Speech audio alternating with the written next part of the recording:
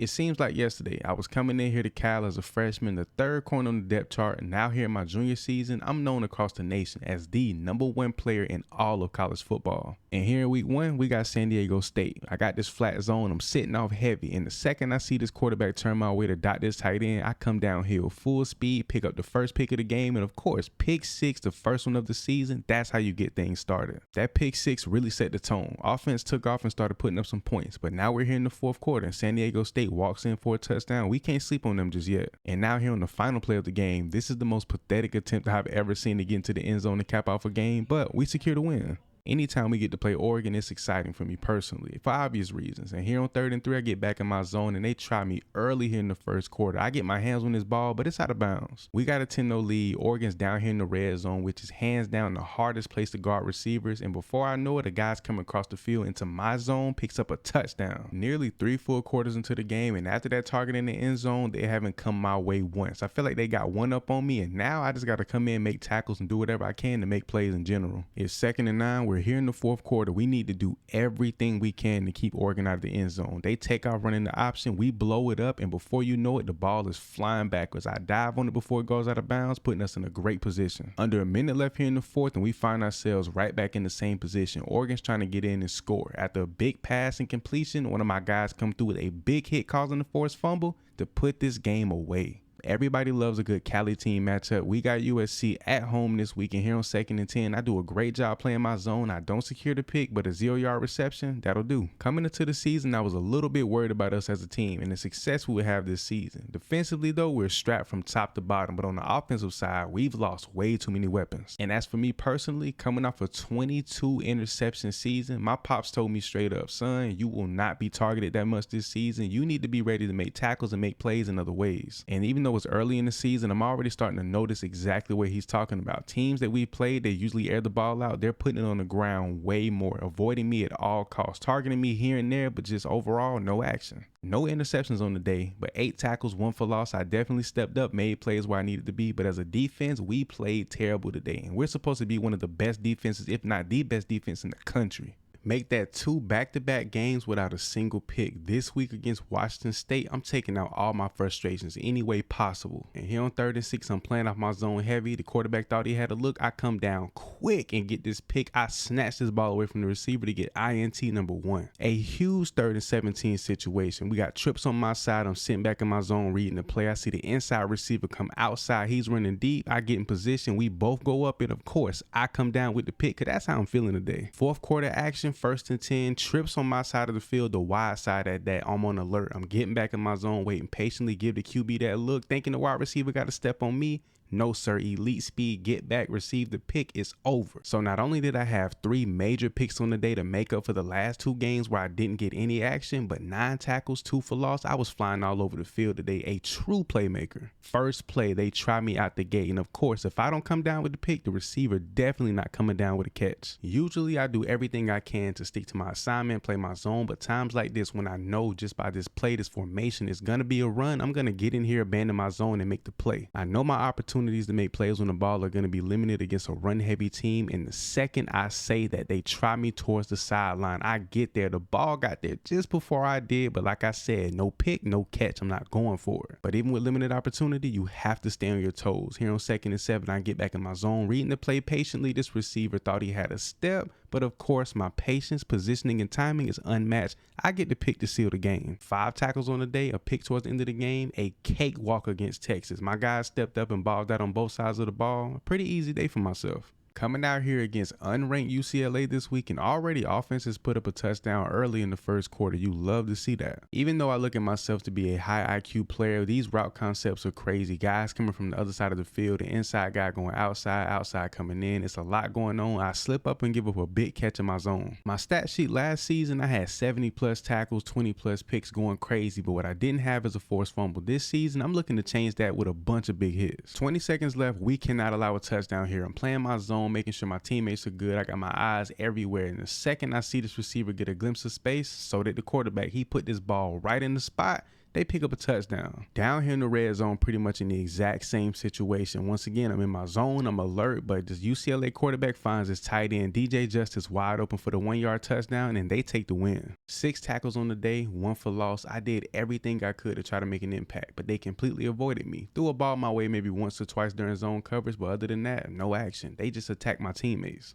My frustration is at an all-time high. Throughout 6 games, I've barely had the ball thrown my way. But on a good note, that added frustration does help when trying to come down tackling some of these running backs. A scoreless game so far here through the second quarter, but here on 1st and 10, I peep it's a run. I take off immediately towards the backfield. I see this running back, we meet in a hole, and the way I'm feeling, I'm laying anybody out. A super pass-heavy team is running the ball more than ever, doing everything they can not to put the ball in the air. Our secondary is elite, but they know when you have the best defensive player of all time on the other side of the ball, you have to be careful. Okay, calling myself the best of all time is a little crazy. We all know my dad holds that title, but I'm the best in the world right now, and the fact that I got the college football world shook up like this speaks volumes. Going into next week, especially against Utah, an extremely pass-heavy team here in the pack, I will walk out of there with at least a pick or 2.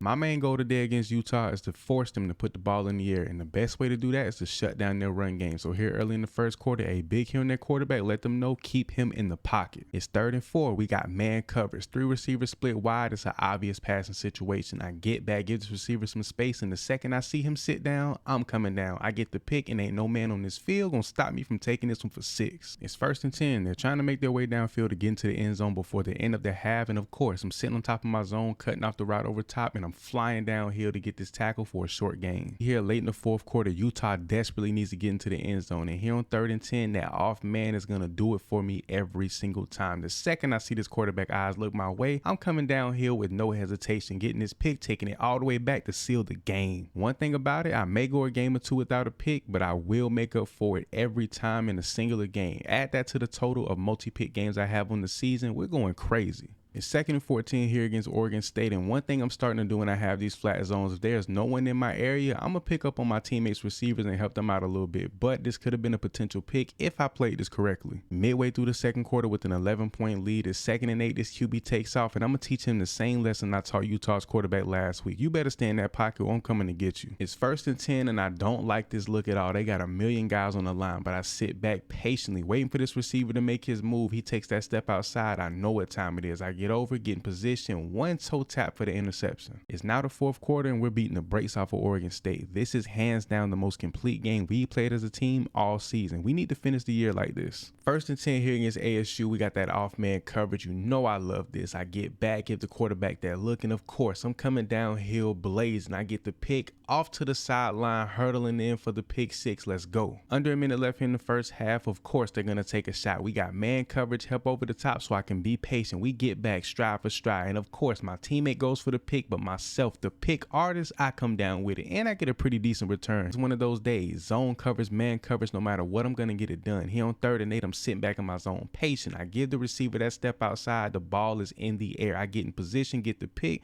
Perfect zone coverage from myself. It's 3rd and 8. They would be fools to put the ball back in the air, so my eyes are strictly on the backfield, and the second I don't see this running back get the handoff, I know what time it is. I bait up this zone, play patient, I get back, I get the pick number 4 on the day. Late in the 4th quarter, I got this flat zone, but one thing I know for sure, they've been going deep all day. I highly doubt anybody's going to come down here, and of course this receiver's running deep. No one's back here, but guess who is? Me. I pick up my 5th pick of the game, and I damn near take it back to the crib for 6. After walking to the sideline, teammates and coaches screaming at me that I broke the record. Come to find out, I am now the new holder of the school record for the most interceptions in a single game in Cal history. Don't get me wrong, I'm proud. I balled out, played out of my mind. 5 interceptions in the game is crazy, but a few more picks and I could have tied, if not broken, my dad's record for 7 in a single game. That's all I keep thinking about. For the first time in my 3 years here at Cal, we have an SEC team on the schedule today, and we all know how much they love to run the ball. It's 3rd and 11. It's an obvious passing down. We know the ball is going to be put in the air. I give this QB a certain look. He puts it up, but my ball tracking skills completely went away here. I do break up the pass, but this could have been an easy pick. And it's situations like that early in the game where I don't capitalize on one of very few opportunities I will get throughout the entire game, and it just bothers me throughout the rest of the day. 2nd and 2 here in overtime. We're expecting a run. We got help over top just in case. They snap the ball. I'm following my guy across the field, but this tight end literally goes untouched, uncovered for the touchdown. And today is a prime example on why we will never win a national championship here at Cal. We're so inconsistent. A 5-4 Tennessee team walks in our house and takes the dub in OT? Ridiculous. Last year with 3 losses, we made our way into a national championship, but this season, now being ranked number 18 in the country, that's not happening. But big plays are still being made across the field as my teammate gets a pick. I love to see somebody else stepping up, making those type of plays. 4 receivers split wide and wearing man coverage. That off man is going to win every single time. I sit patiently, wait for the QB's eyes to look my way, and the second they do, I'm coming down full speed. I get the pick. This receiver drives me off my feet, but it doesn't matter whatsoever. One of the tougher things for me personally when it comes to zone coverage is reading the backfield while still focusing on my zone. And when you do it well like I do, you can come down and make big hits on quarterbacks and running backs the way I do here. But after that big hit, I was a little woozy, stumbling over my steps, and the training staff noticed. They pulled me off the field immediately. And of course, when you take me off this defense, we take a L to Stanford, 6-4 Stanford at that. And this 5-point win that Stanford is going to walk away with is mainly due to their running back, Bordeaux, their stud senior, with 143 yards on the day. We got the Holiday Bowl this week against North Carolina, but here on 1st and 10, they try to end the first quarter with a bang, going up the numbers deep. I get in position, get the pick. I almost spent my way out of it, but let's go. Seeing 2 running backs in the backfield is a little confusing. Haven't seen that look all year, but I know to be patient and sit in my zone. And the second this receiver takes that step outside, I get in position for the one-handed interception. 2 picks here in the first half, but yet they still have 4 receivers split wide. I know the ball is finna be thrown. I get in position, give that QB the look of his dreams, and of course, I come down with my 3rd pick of the first half. On that last pick, me and the receiver's feet got tangled up, and even though my ankles are lightly taped, I suffered a bad ankle sprain and I couldn't finish the game. Despite me securing 3 interceptions in just the first half of this game, our offense managed to put up 0 points in a big-time bowl game against a mediocre defense. I think it's time for me to transfer out of Cal. I've done tremendous things since being here, and I've established myself to be the greatest college football player in today's game, but I need to go somewhere we can win a national championship. So I guess the only question is, for my senior season, where should I go?